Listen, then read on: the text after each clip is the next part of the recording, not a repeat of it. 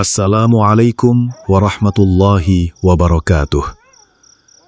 Selamat datang di channel Pesugihan Berantai, kisah nyata. Tempat di mana cerita-cerita gelap yang sering disembunyikan akhirnya terungkap. Cerita tentang manusia yang memilih jalan cepat, tentang kekayaan yang datang tanpa logika, dan tentang harga yang harus dibayar dengan sesuatu yang paling berharga.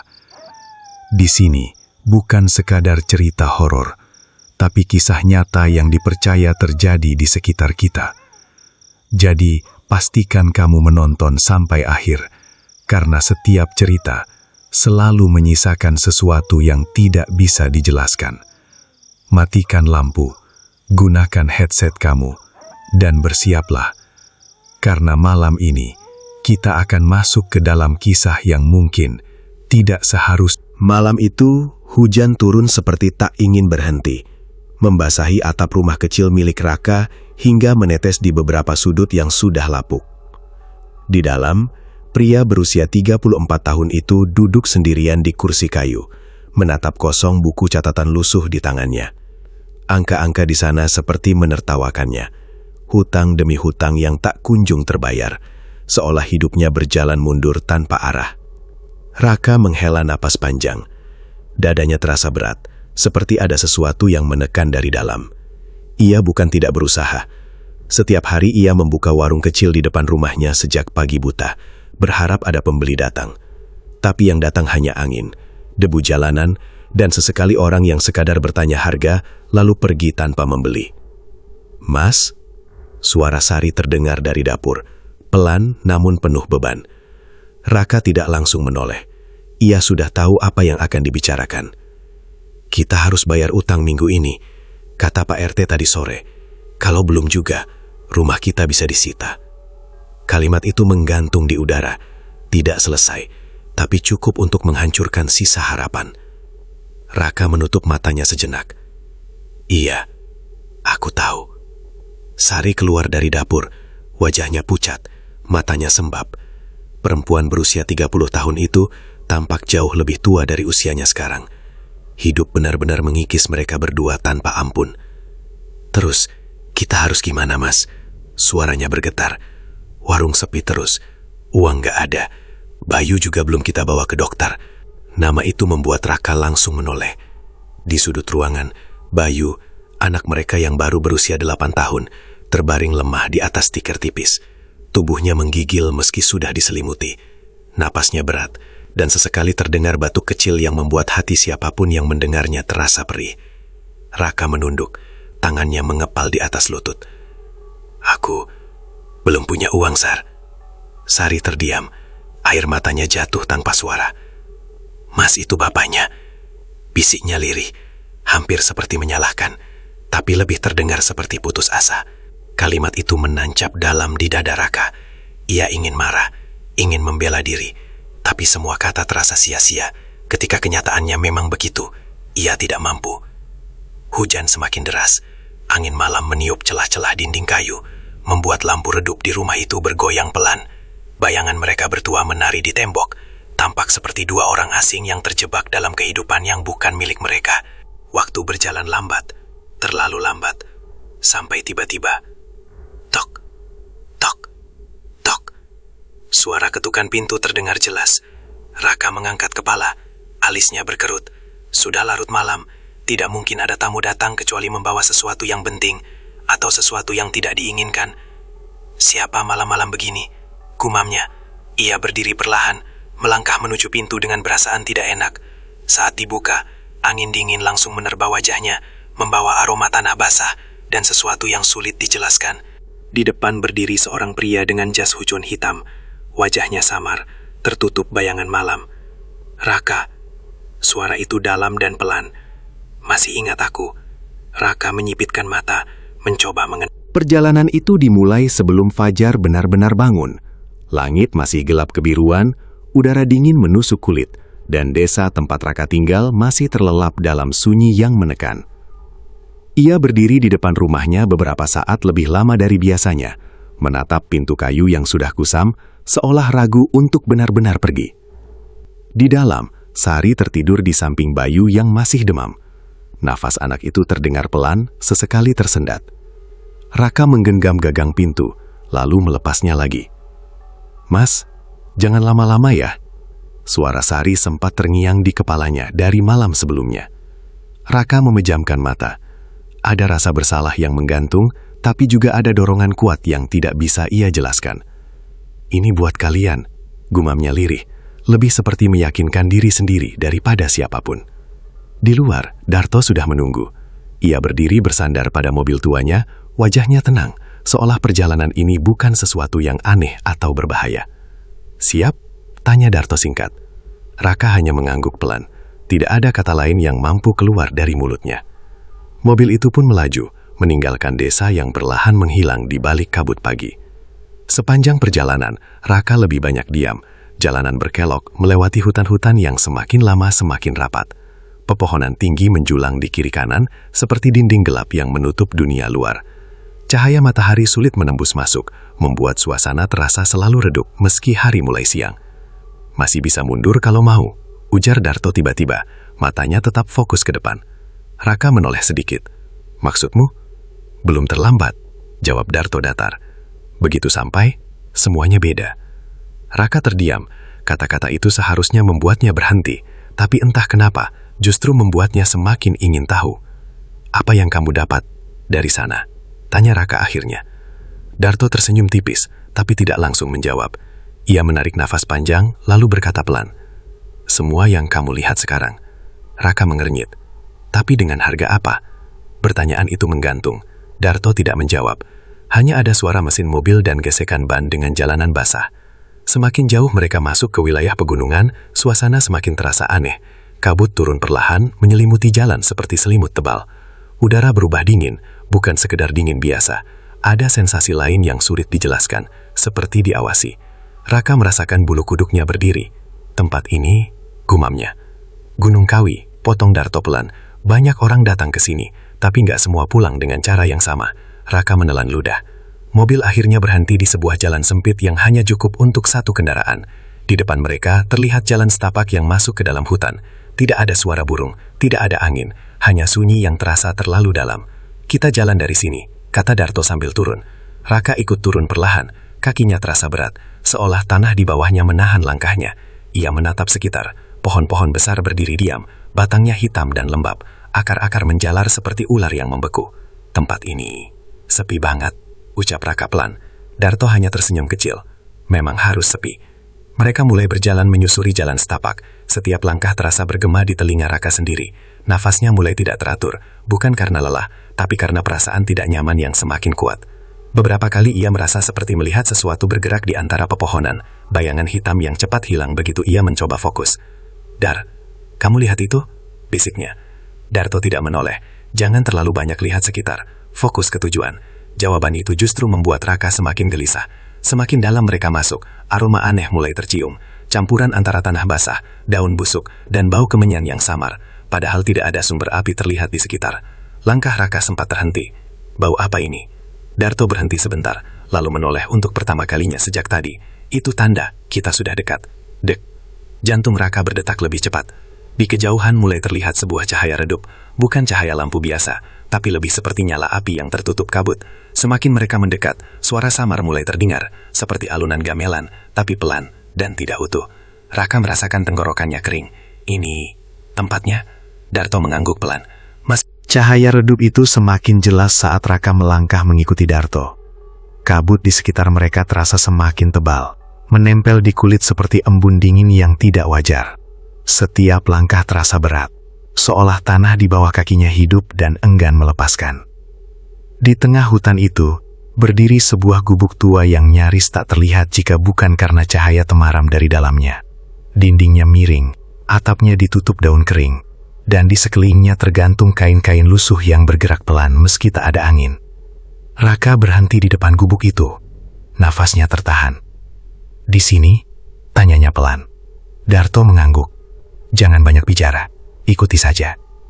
Belum sempat Raka menjawab, pintu gubuk itu terbuka sendiri dengan suara berderit panjang. Kret.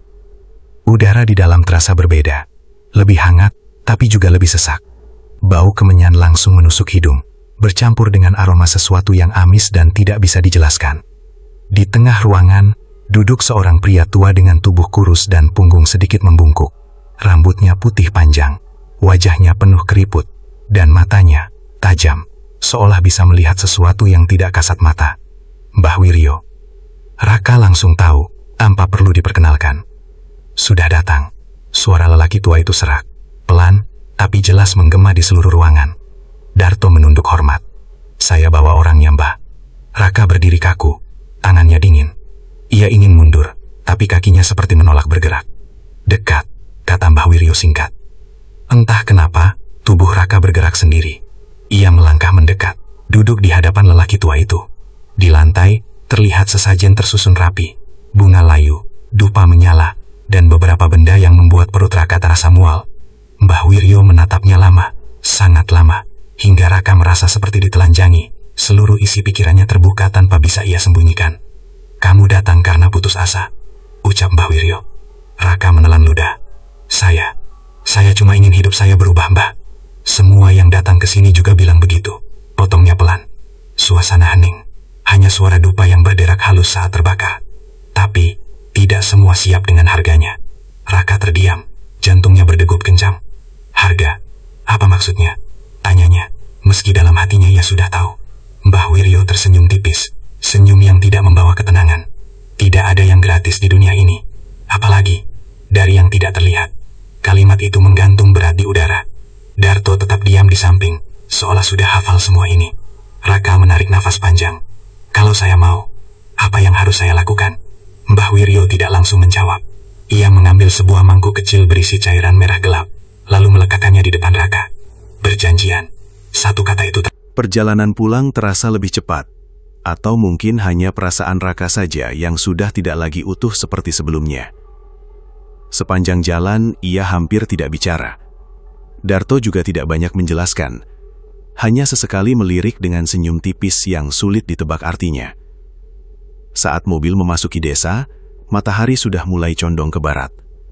Suasana terlihat sama seperti biasa, tenang, sederhana, tidak berubah. Tapi di dalam diri Raka, ada sesuatu yang berbeda. Sesuatu yang tidak bisa ia jelaskan, tapi terasa hadir. Ia turun dari mobil tanpa banyak kata. Mulai besok, kamu akan lihat sendiri, ucap Darto sebelum pergi. Raka hanya mengangguk pelan, tangannya masih terasa dingin. Begitu membuka pintu rumah, Sari langsung menyambutnya dengan wajah cemas. Mas, dari mana aja? Aku khawatir. Suaranya terdengar lega sekaligus lelah. Raka mencoba tersenyum.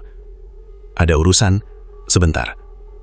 Bayu tadi sempat kejang, Mas, lanjut Sari cepat. Tapi sekarang sudah agak tenang.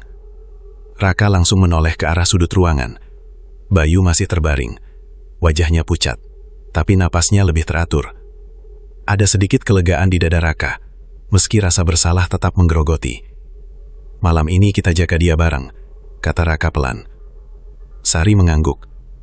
Namun malam itu, Raka tidak benar-benar tidur. Ia hanya memejamkan mata, sementara pikirannya terus berputar. Bayangan sosok hitam rikubuk itu masih jelas. Suara berat yang berbisik di telinganya masih terasa dekat. Dan entah kenapa, ia merasa tidak sendiri di dalam rumah itu. Pagi datang dengan cara yang berbeda. Biasanya, warung kecil Raka hanya didatangi 1-2 orang, itu pun tidak setiap hari. Tapi pagi itu, belum lama ia membuka pintu, sudah ada beberapa orang berdiri di depan. Mas, ada mie instan. Pak, kopi sama rokok 1 ya? Sekalian gula ada nggak? Raka sempat terdiam, bingung dengan situasi yang tiba-tiba berubah. Iya, ada semua, jawabnya terbata. Sari yang keluar dari dalam rumah juga tampak kaget. Mas, kok ramai? Bisiknya pelan. Raka hanya menggeleng, sama tidak mengertinya. Pembeli datang silih berganti, bahkan saat stok hampir habis, selalu saja ada orang baru yang datang. Tidak seperti biasanya yang sepi dan sunyi. Hari itu, untuk pertama kalinya dalam waktu lama, warung mereka benar-benar hidup. Saat sore tiba dan pembeli terakhir pergi, Raka menghitung uang di laci dengan tangan sedikit gemetar. Ini Banyak banget, gumamnya. Sari tersenyum lebar, matanya berbinar. Akhirnya Mas, akhirnya. Raka ikut tersenyum, tapi ada sesuatu yang terasa mengganjal. Ini terlalu cepat, terlalu mudah. Hari-hari berikutnya, keajaiban itu terus berlanjut. Warung mereka tidak pernah sepi lagi, bahkan orang-orang dari desa sebelah mulai berdatangan. Entah kenapa, semua seperti tahu tempat itu tanpa perlu diberitahu. Mas, daganganmu beda ya sekarang, kata salah satu pelanggan. Raka mengernyit. Maksudnya? Rasanya lebih enak, kayak nagih, jawab pria itu sambil tertawa kecil. Raka hanya tersenyum kaku. Ia tidak mengubah apapun. Tidak resep, tidak cara masak. Tapi semuanya terasa berbeda. Dalam waktu singkat, Raka bisa melunasi sebagian hutannya. Ia bahkan mulai menambah barang dagangan, memperbesar warungnya sedikit demi sedikit. Uang datang, terus datang, tanpa henti. Dan di setiap malam, saat ia duduk sendiri menghitung hasilnya, selalu ada perasaan aneh yang muncul. Seperti ada yang mengawasi, seperti ada yang menunggu. Mas, aku senang banget sekarang, kata Sari suatu malam. Wajahnya tampak jauh lebih cerah dari sebelumnya. Kayak mimpi ya? Raka menatap istrinya lama. Iya, jawabnya pelan. Hujan turun lagi malam itu, lebih deras dari biasanya, seperti mengulang sesuatu yang pernah terjadi sebelumnya. Angin berhembus kencang, membuat pintu rumah Raka bergetar pelan, sesekali menimbulkan bunyi yang membuat suasana semakin mencekam.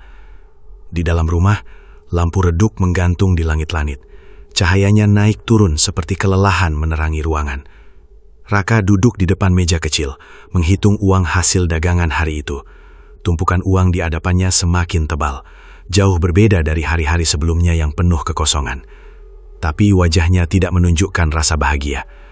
Justru semakin lama, tatapannya semakin kosong. Di sudut ruangan, Bayu duduk bersila sendirian. Tidak bermain, tidak bicara dengan siapapun. Hanya menatap ke arah gelap di dekat dinding, seolah ada sesuatu yang menemaninya di sana. Bayu, panggil Raka pelan. Anak itu tidak langsung menjawab. Ngapain di situ sendirian? Bayu perlahan menoleh. Wajahnya datar, matanya seperti tidak sepenuhnya sadar. Main sama Yahya, jawabnya pelan. Main sama siapa? Bayu tersenyum kecil, lalu menunjuk ke arah sudut ruangan yang gelap. Sama dia. Raka mengikuti arah jari itu. Tidak ada siapa-siapa, hanya bayangan yang tampak lebih pekat dari biasanya. Dadanya terasa sesak. Udah, sini tidur, kata Raka mencoba terdengar tenang. Bayu tidak membantah. Ia berdiri perlahan, lalu berjalan ke arah tikarnya. Tapi sebelum berbaring, ia sempat berbisik pelan ke arah sudut ruangan. Nanti lagi ya. Raka melihat itu. Jelas sekali. Dan entah kenapa, kata-kata itu terasa tidak ditujukan ke ruang kosong. Malam semakin larut. Hujan belum juga berhenti. Sari sudah tertidur di samping Bayu, memeluk anak itu dengan erat, seperti takut kehilangannya. Raka masih terjaga. Matanya tidak bisa terpejam. Pikirannya dipenuhi bayangan-bayangan yang tidak ingin ia ingat. Ia berdiri, berjalan pelan ke arah pintu untuk memastikan semuanya terkunci. Klik, terkunci. Jendela juga tertutup rapat. Tidak ada celah, tidak ada jalan masuk. Setidaknya, itu yang ia pikir. Raka kembali duduk, mencoba menenangkan diri. Namun beberapa saat kemudian, ia mendengar sesuatu. Suara pelan, seperti langkah kaki kecil, menyeret di lantai. Krek, krek, krek. Raka menegang. Ia menoleh perlahan ke arah suara itu. Bayu, anak itu berdiri di dekat pintu, dalam keadaan setengah sadar. Matanya terbuka, tapi kosong. Bayu, panggil Raka pelan. Tidak ada jawaban. Bayu, mau kemana? Anak itu tidak menoleh. Ia hanya berdiri diam, lalu perlahan mengangkat tangannya seperti sedang digandeng seseorang. Raka membeku. Tidak ada siapa-siapa di sana, tapi tangan Bayu jelas seperti sedang dipegang. Bayu, balik sini. Suara Raka mulai panik. Anak itu melangkah, pelan, menuju pintu. Raka langsung berdiri. Hari-hari setelah hilangnya Bayu terasa seperti mimpi buruk yang tidak pernah selesai. Rumah itu masih sama, dinding kayu, lampu redup, warung kecil di depan, tapi suasananya berubah total. Tidak ada lagi tawa anak kecil, tidak ada suara langkah ringan di lantai. Yang tersisa hanya sunyi dan sesuatu yang tidak bisa dijelaskan. Raka duduk di kursi yang sama seperti malam itu, tapi kali ini tanpa buku catatan di tangannya. Uang masih ada, bahkan semakin banyak, tapi ia tidak lagi menghitungnya. Setiap lembar terasa seperti beban yang tidak ia lepaskan. Sari tidak banyak bicara sejak kejadian itu. Matanya sembab, wajahnya pucat, dan setiap hari ia masih berharap Bayu akan pulang tiba-tiba. "Mas, kita cari lagi ya besok," ucapnya suatu malam dengan suara lelah. Raka hanya mengangguk pelan. Ia tidak punya jawaban. Sudah hampir seminggu mereka mencari, menyusuri hutan, bertanya ke tetangga, bahkan melapor ke orang desa. Tapi tidak ada satupun jejak. Bayu seperti tidak pernah ada. Dan itu yang paling menakutkan. Namun yang lebih aneh, warung mereka justru semakin ramai. Orang-orang datang tanpa henti. Bahkan ada yang rela menunggu lama hanya untuk membeli dagangan Raka.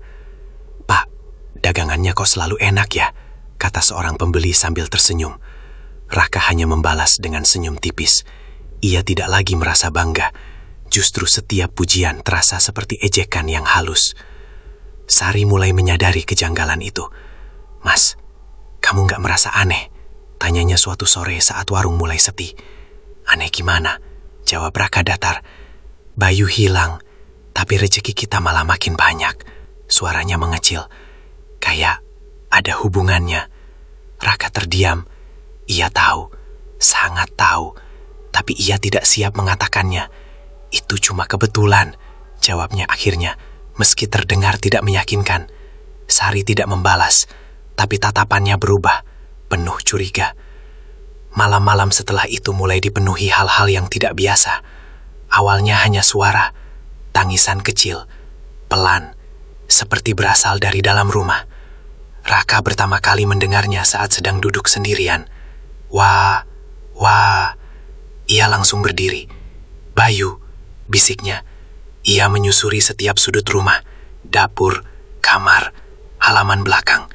Tidak ada siapa-siapa, tapi suara itu jelas dan terdengar sangat dekat. Saat ia kembali di ruang utama, suara itu berhenti tiba-tiba, seolah tahu ia sedang mencari. Tidak hanya itu, Rini, anak kedua mereka yang masih berusia 5 tahun, mulai berubah. Awalnya ia menjadi lebih pendiam. Malam itu terasa lebih sunyi dari biasanya, seolah seluruh suara di sekitar rumah Raka memilih menjauh. Tidak ada angin, tidak ada suara serangga, bahkan hujan yang beberapa hari terakhir selalu turun pun mendadak hilang.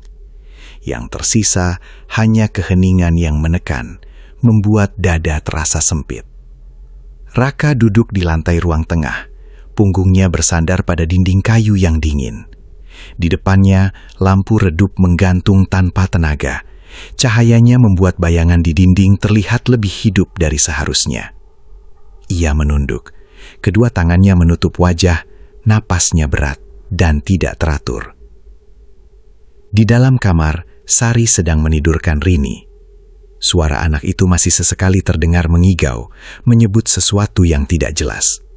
Setiap kali suara itu muncul, tubuh Raka menegang tanpa sadar. Ia tidak bisa lagi membohongi dirinya sendiri. Semua ini bukan kebetulan. Langkah kaki pelan terdengar dari arah kamar. Sari keluar, wajahnya pucat, matanya merah karena terlalu banyak menangis. "Rini baru tidur," katanya pelan. Raka tidak langsung menjawab. Sari memperhatikan suaminya beberapa saat, lalu duduk di depannya. Ada sesuatu di tatapannya kali ini. Bukan hanya sedih, tapi juga penuh tuntutan. "Mas," suaranya pelan, tapi tegas. "Aku mau jujur. Aku takut." Raka mengangkat sedikit wajahnya, tapi tidak berani menatap langsung. Aku juga, jawabnya lirih. Bukan itu maksudku, potong Sari cepat. Aku takut sama rumah ini, sama semua yang terjadi. Ini bukan hal biasa. Raka terdiam. Kamu tahu sesuatu kan? Lanjut Sari, suaranya mulai bergetar. Sejak Bayu hilang, semuanya aneh. Rini ngomong sendiri, pintu kebuka sendiri. Suara-suara itu, Mas, ini bukan kebetulan. Setiap kata yang keluar dari mulut Sari seperti menusuk langsung ke dalam dada Raka. Ia menelan ludah, tangannya gemetar. Aku, suaranya tertahan. Aku nggak tahu harus mulai dari mana. Sari langsung menatap tajam. Mulai dari yang sebenarnya. Sunyi beberapa detik. Raka menarik napas panjang, seolah mengumpulkan sisa keberanian yang ia punya. Semua ini karena aku. Kalimat itu jatuh pelan, tapi terasa sangat berat. Sari membeku.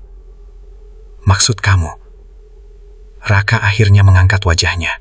Matanya merah, bukan karena marah, tapi karena penyesalan yang terlalu dalam. Aku pergi ke Gunung Kawi, katanya pelan. Sari mengernyit. Ngapain ke sana? Raka menutup mata sejenak. Bayangan malam itu kembali muncul di kepalanya. Gubuk tua, bau kemenyan, dan sosok hitam yang menatapnya tanpa suara. Aku bikin perjanjian. Lanjutnya. Sari langsung berdiri. Perjanjian apa? Raka tidak menjawab langsung. Ia hanya menunduk lebih dalam. Pesugihan. Kata itu seperti menghantam ruangan. Sari mundur satu langkah. Wajahnya berubah. Kamu bercanda kan? Raka menggeleng pelan. Demi Allah, Sar, aku nggak bercanda. Sari menutup mulutnya, matanya membesar. Air mata langsung jatuh tanpa bisa ditahan. Kamu ngapain, Mas? Suaranya pecah. Kamu jual apa buat semua ini? Raka. Malam itu tidak membawa hujan, tapi justru terasa lebih mencekam. Udara diam, terlalu diam, seolah dunia di sekitar rumah Raka menahan nafas. Tidak ada suara angin, tidak ada suara serangga, bahkan dedaunan di luar pun tidak bergerak. Keheningan itu menekan, membuat setiap detik terasa lebih panjang dari seharusnya. Di dalam rumah, lampu redup masih menyala, menggantung lemah di tengah ruangan. Raka duduk bersandar di dinding, matanya terbuka tapi kosong. Sejak pengakuannya pada Sari, tidak ada lagi yang bisa disembunyikan. Semua sudah jelas, semua sudah nyata. Sari tidak tidur malam itu. Ia duduk di samping Rini di dalam kamar, memeluk anaknya erat, seolah dengan begitu ia bisa menahan apapun yang ingin mengambilnya. Bu, bisik Rini pelan, matanya setengah terbuka. Iya nak, ibu di sini, jawab Sari cepat, mengelus rambutnya. Dia datang lagi. Suara Rini sangat kecil, hampir seperti hembusan nafas. Tubuh Sari langsung menegang. Siapa nak? Rini tidak menjawab.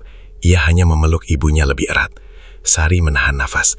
Ia tidak berani menoleh ke arah pintu, tidak berani melihat ke sudut ruangan, tapi ia bisa merasakan sesuatu. Ada yang berubah. Udara di dalam kamar mendadak dingin, lebih dingin dari sebelumnya. Di luar kamar, Raka juga merasakannya. Ia menegakkan tubuh perlahan, nafasnya mulai tidak teratur. Datang lagi, gumamnya lirih. Ia berdiri, melangkah pelan menuju kamar. Setiap langkah terasa berat, seperti ada sesuatu yang mencoba menahannya. Saat sampai di depan pintu kamar, ia berhenti. Pintu itu sedikit terbuka, padahal ia yakin tadi sudah tertutup rapat. Sar, panggilnya pelan. Tidak ada jawaban, hanya suara nafas. Pelan, berat, dan bukan hanya satu. Raka mendorong pintu itu perlahan. Kerit. Pemandangan di dalam membuat darahnya langsung dingin. Sari masih duduk di atas kasur, memeluk Rini, tapi wajahnya pucat, matanya menatap lurus ke depan, ke arah pojok kamar. Raka mengikuti arah pandangan itu, dan di sana, di sudut yang paling gelap, sesuatu berdiri. Tidak jelas bentuknya, tapi cukup untuk membuat tubuh Raka kaku. tinggi, hitam, dan diam, seolah sudah menunggu sejak lama. "Mas," suara Sari bergetar tanpa menoleh. "Dia di situ." Raka tidak menjawab, tenggorokannya kering. Ia melangkah masuk, mencoba mendekat. "Pergi," bisiknya pelan, hampir tidak terdengar. "Jangan ganggu anak saya." Tidak ada reaksi, sosok itu tetap diam. Tapi perlahan, suasana berubah. Lampu mulai berkedip, udara semakin dingin, dan Rini tiba-tiba bangun. Matanya terbuka lebar, tapi bukan seperti anak kecil yang baru bangun. Pagi setelah hilangnya Rini datang tanpa cahaya yang benar-benar terasa. Matahari memang terbit, tapi rumah itu tetap gelap. Bukan karena lampu mati, bukan karena awan tebal, tapi karena sesuatu di dalamnya telah hilang sepenuhnya. Raka duduk di lantai ruang tengah, di tempat yang sama seperti malam-malam sebelumnya. Bedanya, kali ini tidak ada suara tangis anak, tidak ada langkah kecil, tidak ada harapan yang tersisa. Hanya diam. Diam yang terlalu panjang hingga terasa seperti hukuman. Sari tidak lagi menangis. Itu yang paling menakutkan. Ia hanya duduk di sudut ruangan, memeluk lututnya sendiri, menatap kosong ke arah dinding. Matanya terbuka, tapi tidak benar-benar melihat. Seolah pikirannya sudah pergi jauh ke tempat yang tidak bisa dijangkau. "Rini," bisiknya pelan, tanpa ekspresi. Raka menutup wajahnya. Nafasnya berat, dadanya sesak. Ia ingin berteriak, ingin menghancurkan sesuatu, tapi tubuhnya seperti kehilangan tenaga untuk sekadar bergerak. Semua sudah terjadi, dan tidak ada yang bisa diperbaiki. Hari itu, untuk pertama kalinya sejak warungnya ramai, Raka tidak membuka usaha. Pintu dibiarkan tertutup, tapi anehnya, tetap saja ada orang datang. Tok tok tok, ketukan terdengar dari luar. Raka tidak bergerak. Tok tok tok, lebih keras. Akhirnya ia bangkit, berjalan pelan menuju pintu, lalu membukanya. Di luar, seorang pria berdiri dengan wajah bingung. "Pak, warungnya tutup?" tanyanya. Raka menatapnya kosong. "Ya, tapi biasanya buka kan? Saya jauh-jauh ke sini." Raka tidak menjawab. Pria itu terlihat kecewa, lalu pergi perlahan. Namun saat Raka hendak menutup pintu, ia melihat sesuatu di kejauhan. Seseorang berdiri di pinggir jalan, diam, tidak bergerak, tubuhnya tinggi, dan tampak terlalu gelap dibandingkan sekitarnya. Raka membeku. Sosok itu tidak mendekat, tidak juga pergi, hanya berdiri, menatap, seperti memastikan sesuatu. Raka menutup pintu dengan cepat, nafasnya memburu. Sudah selesai, bisiknya pada diri sendiri, tapi jauh di dalam hatinya, ia tahu itu tidak benar. Malamnya, Raka tidak tahan lagi. Ia berdiri di depan Sari yang masih diam seperti patung. "Aku harus ke sana lagi," katanya pelan. Sari tidak langsung menjawab. "Kemana?" Suaranya datar. "Gunung Kawi." Baru kali itu Sari menoleh. Tatapannya kosong, tapi ada sedikit nyala di dalamnya. "Buat apa?" tanyanya. "Aku harus hentikan ini," jawab Raka cepat. "Aku nggak peduli apa yang harus aku bayar. Aku mau semuanya berhenti." Sari menatapnya lama, lalu tertawa kecil, tawa yang tidak wajar. "Kamu pikir ini bisa dihentikan?" katanya pelan. "Kamu pikir mereka bakal ngembaliin anak kita?" Raka terdiam. Sari menggeleng pelan, air matanya jatuh lagi. "Kamu terlambat, Mas." Kalimat itu menghantam lebih keras dari apapun. Meski begitu, Raka tetap pergi. Malam itu juga, dia berjalan sendirian menuju tempat yang sama, tanpa Darto, tanpa penunjuk jalan. Tapi anehnya, dia seperti tahu arah, seolah sesuatu memanggilnya kembali. Hutan itu masih sama, gelap, sunyi, dan terasa hidup. Langkahnya cepat, hampir seperti berlari. Nafasnya tidak teratur, tapi ia tidak berhenti. "Aku harus sampai," gumamnya. Saat akhirnya ia melihat gubuk itu lagi, tubuhnya langsung gemetar. Cahaya redup masih ada, bau kemenyan masih sama, dan pintu itu terbuka sendiri begitu ia mendekat. Keret! Di dalam, Mbah Wiryo sudah menunggu, duduk di tempat yang sama, seolah tidak pernah pergi. "Kamu kembali," ucapnya pelan. Raka langsung berlutut di depannya. "Tolong, hentikan ini, Mbah." Suaranya pecah. "Ambil apapun dari saya, tapi kembalikan anak saya." Mbah Wiryo menatapnya tanpa ekspresi. "Kamu sudah tahu jawabannya." Raka menggeleng keras. "Saya salah. Saya nggak ngerti waktu itu. Tolong." Mbah Wiryo menghela nafas panjang. "Perjanjian itu bukan permainan." Raka menggenggam tanah di lantai. "Saya mohon, untuk beberapa saat, tidak ada jawaban." Lalu Itulah kisah dari Pesugihan Berantai malam ini. Tentang pilihan, tentang keserakahan, dan tentang sesuatu yang tidak pernah benar-benar pergi, setelah dipanggil. Kalau kamu merasa cerita ini mengganggu, itu wajar. Karena beberapa hal memang tidak seharusnya disentuh manusia. Tulis di kolom komentar, apa pendapatmu tentang kisah ini? Dan ingat, tidak semua yang terlihat menguntungkan berakhir dengan kebahagiaan. Saya pamit. Sampai jumpa di cerita berikutnya di channel Pesugihan Berantai Kisah Nyata. Dan hati-hati, karena bisa jadi sesuatu sedang memperhatikanmu dari balik gelap. Wassalamualaikum warahmatullahi wabarakatuh.